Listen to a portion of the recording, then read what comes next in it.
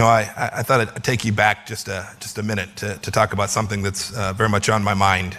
I remember I had hoped to be sworn in on January 20th, 2017 as America's CIA director, right a few hours after President Trump's inauguration.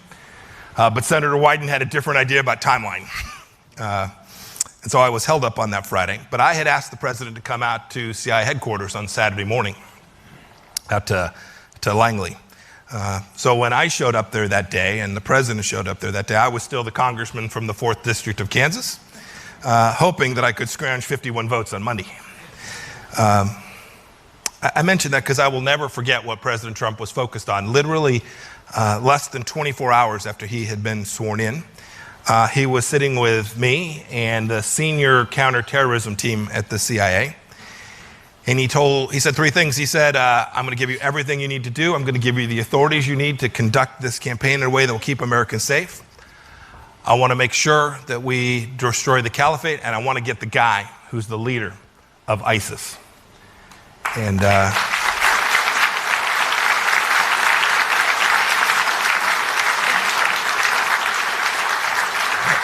And we worked for 2.5 years.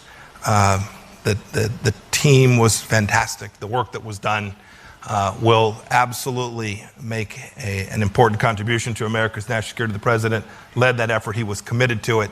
He supported everything that I did, and then my successor, Director Haspel, and then the amazing work of the Department of Defense and all the teams that brought Baghdadi to eternal justice.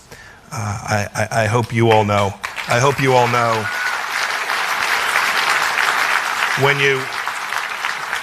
when you get a chance to see someone who's in uniform or someone who's an intelligence officer, you wouldn't know. There's actually some of you all sitting out here tonight. You wouldn't know. Please thank them. It was amazing work that they did and important. There's still much work to do. The threat from radical Islamic extremism certainly is not gone. But the work that was done to lead that shows the excellence, the uniqueness, and to the point that was mentioned earlier, the exceptionalism that we have here in the United States of America. I think it's true that we can think long about history. Half a century ago, your founder charged your institution to think about the future in unconventional ways. President Trump, when he selected me to be the director of the CIA, was certainly thinking about something unconventional. Who would have predicted that this kid from Southern California would have this amazing privilege? He also knew, Herman knew, that in the interest of furthering and protecting this great and noble experience that we call the United States of America, that there was no higher mission than to getting that right. And it's why I thought I'd focus in the few minutes today before I take some questions. I thought I'd focus on something that is central to what the Trump administration is working on, that is different from previous administrations. That's not political. We have taken on the challenge from the People's Republic of China in a way that the time is calling for. Look, we have a long cherished tradition of friendship with the Chinese people. We continue to do so today. We have a Chinese American community here in America that we love and treasure. I've known them through business and personal ties. I've known many of them. But I must say that the communist government in China today is not the same as the people of China. They're reaching for and using methods that have created challenges for the United States and for the world.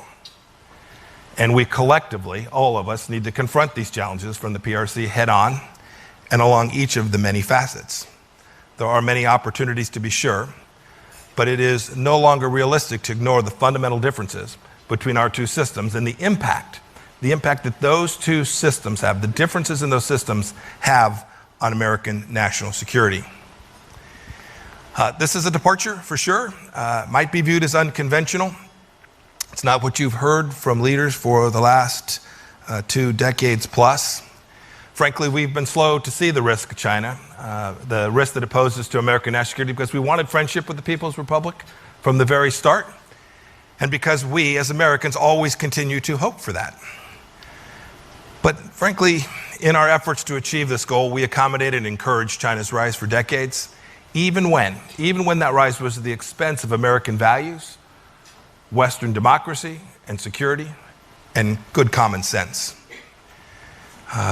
We downgraded our relationship with our longtime friend Taiwan on the condition that the Taiwan question would be resolved peacefully to normalize relations with Beijing. We all too often shied away from talking directly about the human rights issues there and American values when they came into conflict.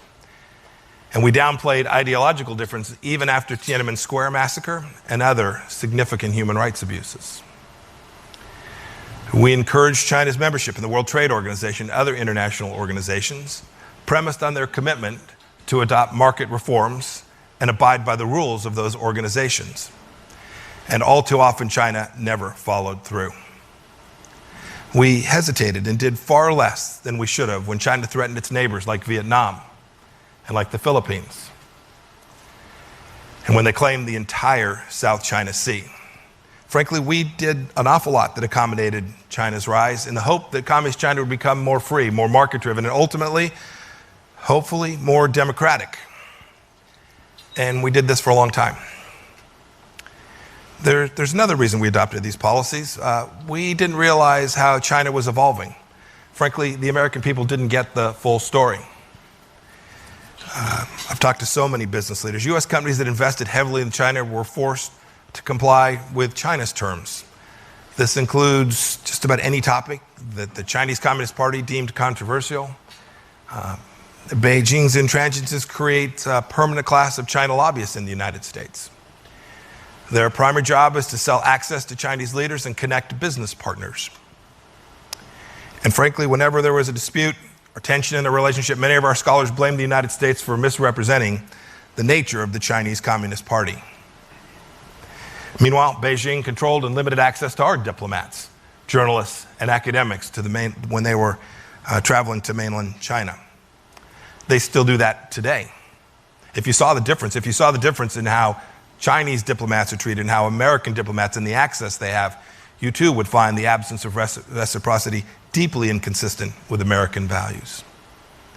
And China's state-run media and government spokespeople filled the gaps, routinely maligning American intentions and policy objectives. They still do that today.